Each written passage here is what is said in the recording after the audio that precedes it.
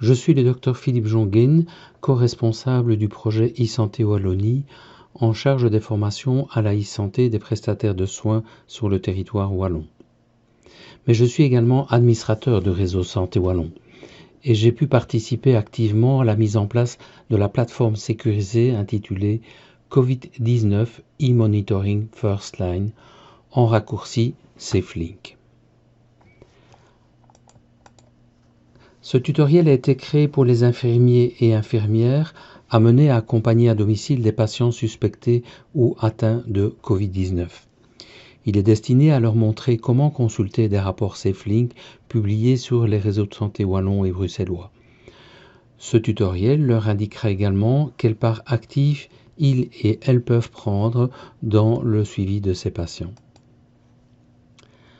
Alors, la première étape, bien entendu, sera de vous inscrire sur le réseau Santé Wallon. Cette adhésion comporte 3 phases. L'inscription en elle-même que vous réaliserez aisément avec It's Me. Le choix de votre garant, renseignez-vous sur son nom auprès de votre syndicat ou de votre fédération. Et troisième phase, la validation par celui-ci de votre inscription.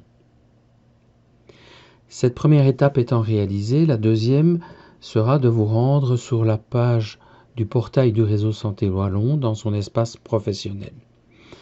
C'est la même chose pour Bruxelles.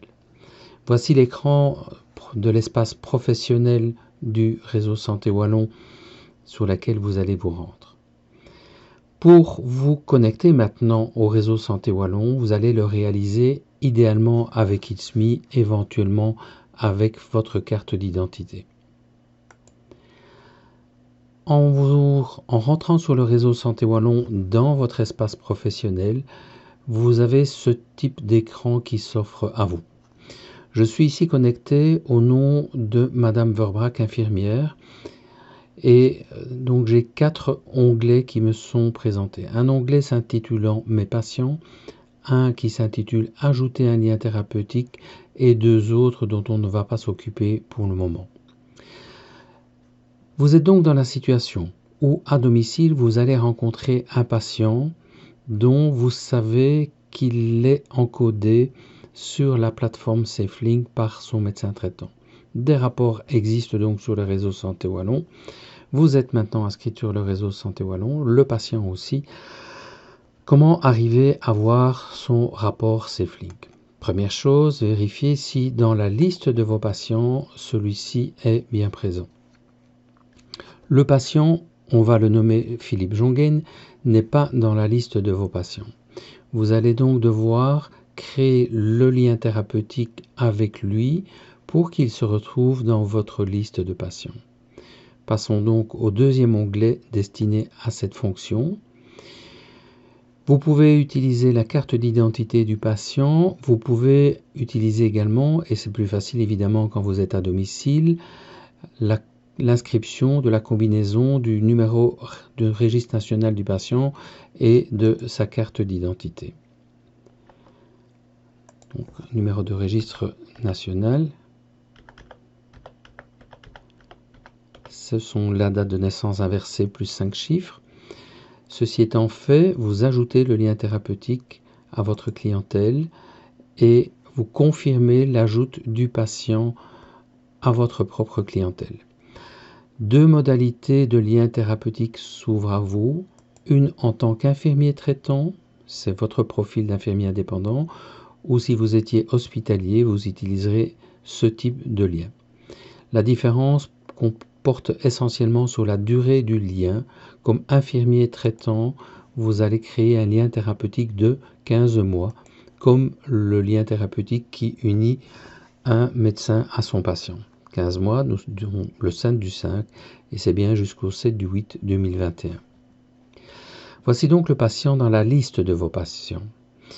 Comment accéder à l'information SafeLink dont vous voudriez prendre connaissance? Eh bien, simplement en ouvrant le dossier du patient, en cliquant sur son nom. À ce moment-là, donc dans le dossier du patient, Jonguin Philippe, et donc je rappelle que vous êtes toujours connecté comme infirmier, ici au nom de Madame Verbrack, vous avez une liste des documents qui vous sont accessibles. Je fais vite un petit détour par le sommaire du patient auquel vous avez un accès également comme infirmier. Qu'est-ce que vous allez trouver dans ce sommaire? Eh bien, des allergies du patient, une allergie médicamenteuse ici, des intolérances médicamenteuses, des facteurs de risque également, ou entre parenthèses, le médecin généraliste traitant a été codé également des diagnostics. Pourquoi? Parce que les diagnostics ne vous sont pas accessibles, mais les facteurs de risque bien, et le médecin souhaitait que vous puissiez avoir accès à ces informations. Les médicaments et les vaccins du patient sont également disponibles sur ce réseau Santé Wallon. Nous revenons un petit peu en arrière et on trouve donc là aussi les fameux rapports SafeLink établis le 16 du 4, le 22 du 4 et le 7 du 5. A priori, le plus intéressant, c'est évidemment toujours le plus récent. Je clique donc sur le rapport en question pour l'ouvrir. Et voici ce que me propose le réseau Santé Wallon de ce rapport créé dans l'application SafeLink. C'est un rapport au nom du patient, bien entendu, la date de création du document le 7 mai à minuit et quart, des informations sur le patient et un résumé, que j'attire votre attention ici, le patient est considéré comme critique, on va voir tout de suite pourquoi. Des informations administratives, je vous le dis. Le résumé de son dernier état de santé, donc relevé il y a quelques minutes, avec en vert certains paramètres, en orange certains autres, et en rouge ce qui fait qu'il est catalogué comme critique. Vert, l'hydratation est bonne, état de conscience également, le respect du confinement est acquis. En orange, donc à surveiller le fait qu'il a 71 ans, tout patient de plus de 65 ans est à risque. La fréquence respiratoire qui est élevée, c'est un facteur de risque aussi, significatif également, et la présence de deux comorbidités importantes également. Mais ce qui est surtout inquiétant, bien sûr, c'est la saturation en oxygène que le patient a notée et qui est à 87%. Entre parenthèses, c'est là que vous, infirmiers, infirmières, serez également particulièrement utile parce que peu nombreux sont les patients disposant d'un saturomètre. Vous pourrez les aider à compléter de manière tout à fait valable leur rapport grâce à votre mesure.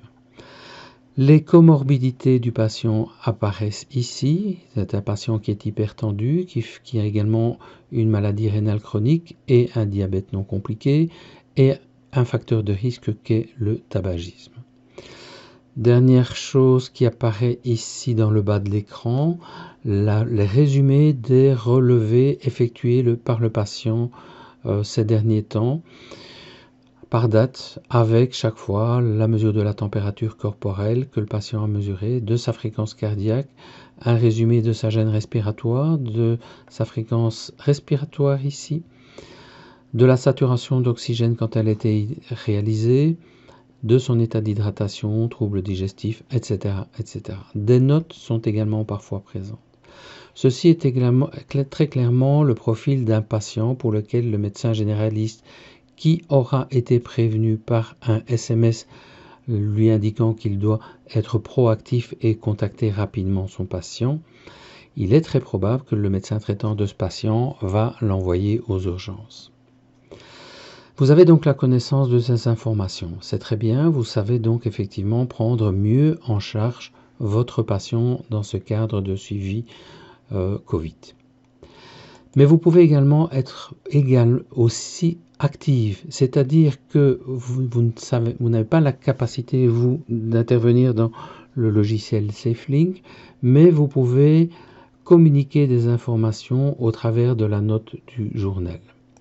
La note du journal que vous ouvrez là, elle vous présente effectivement la possibilité de partager certaines informations que vous aurez relevées au chevet du patient, que lui, comme patient, n'aura peut-être pas mesuré par ailleurs. Vous avez par exemple ici, dans ce cas-ci, pour ce patient, Philippe Jonguet, été attiré par le fait qu'il présente quand même beaucoup de diarrhée ces derniers temps. Le patient n'a pas indiqué dans son rapport, mais vous estimez que c'est pertinent de le faire savoir au médecin traitant et au médecin urgentiste qui recevra peut-être le patient à un moment donné.